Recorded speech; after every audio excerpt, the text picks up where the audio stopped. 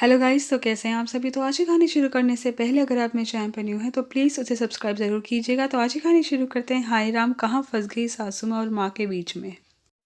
जब आशिमा को पूरी तरह कंफर्म हो जाता है कि वह माँ बनने वाली है तो उसकी और उसके पति की खुशी का ठिकाना ही नहीं रहता। उनकी शादी को 4 साल हो चुके थे। आशिमा फ़ोन मिलाकर अपनी सासू माँ को यह खुशखबरी देती है कि मम्मी जी, आप दादी बनने वाली हैं। क्या बहू, तुम सच कह रही हो? मेरी पोती आने वाली है। सच? कब से मैं राह देख रही थी। मेरी बेटी नहीं थी तो मैं अपने सारे चाव पोती के साथ पूरे करूँगी।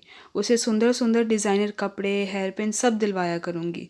लड़कियों के सामान में कितनी वैरायटी होती है, लड़कों के साथ वह मज़ा नहीं आता। तो आशिमा हंसती है और कहती है, ठीक है मम्मी जी, अगर पोती हुई तो आप अपने सारे अरमान पूरे कर लेना। फिर आशिमा अपनी मम्मी के पास फ़ोन करके कहती है कि मम्मी, एक खुशखबरी है। हाँ बेटा बता, क्या खुशखबरी है? कहीं तू माँ तो नहीं बनने वाली है? जी मम्मी, यही बात है। आशिमा शर्मा जाती है। अब तो सुबह शाम कभी माँ तो कभी सासू माँ का फ़ोन बजता ही रहता है। कुछ वजन तो नहीं उठाया ना? खाना तो समय पर खा लिया ना? मयंक भी उसका पूरा ध्यान रखता है। काम वाली भी छुट्टी नहीं लेती है। कभी जी मचलाता तो कभी उल्टी, पर 5वां महीना लगते लगते सब ठीक होने लगा था। एक दिन उसने देखा कि उसकी माँ टैक्सी में से उतर रही है और उनके पास एक सूटकेस भी है। उन्हें देखकर वह खुश हो जाती है कि मम्मी उसके पास ठहरने आई है। वह मम्मा के गले लग जाती है और कहती है, मम्मा आप यहाँ तो पापा कैसे रहेंगे? अरे बहू है ना, सब संभाल लेगी। मयंक भी खुश होकर कहता है, यह तो अच्छा किया आपने, अब मेरी भी चिंता दूर हो जाएगी। ऑफिस जाता हूँ तो ध्यान इधर ही रहता है। माँ ने आते ही आशिमा के खान पान पर ध्यान देना शुरू कर दिया। उसे अपने किस्से सुनाते 4-5 दिन ऐसे ही निकल गए कि मयंक की माँ का फ़ोन आया कि बेटा मैं बहू के पास आ रही हूँ। तो मयंक कहता है कि मम्मा अभी डिलीवरी में टाइम है और आशिमा की माँ भी आई हुई है। वो कब आई? अभी कुछ ही दिन हुए हैं।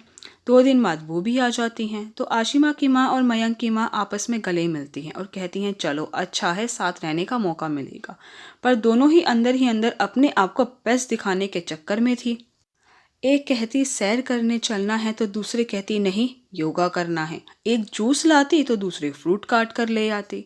एक दिन मयंक की माँ गोंद के लड्डू बनाती है तो आशिमा की माँ कहती है, बहन जी इतना मीठा मत खिलाया करो, यह सेहत के लिए ठीक नहीं है। अरे यह मिठाई नहीं, गोंद के लड्डू और ड्राई फ्रूट के लड्डू हैं।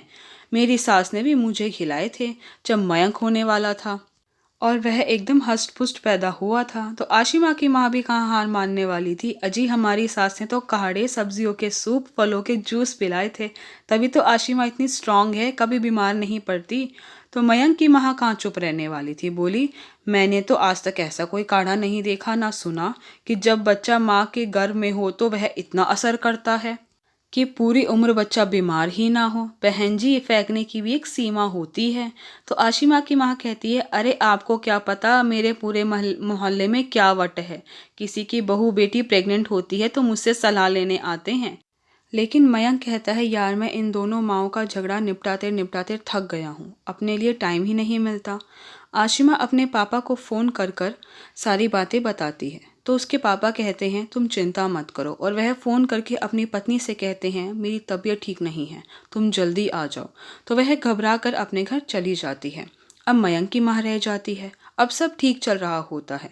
1 महीना बीतते ही आशिमा की माँ वापस आने के लिए कहती है तो मयंक बहाना करके अपनी माँ को उनकी सहेली के साथ तीर्थ पर भेज देता है और सोचता है इतने अब यह दोनों इकट्ठे होंगी, बच्चा आ चुका होगा और उसे फिर से दोनों के बीच पिसना नहीं पड़ेगा।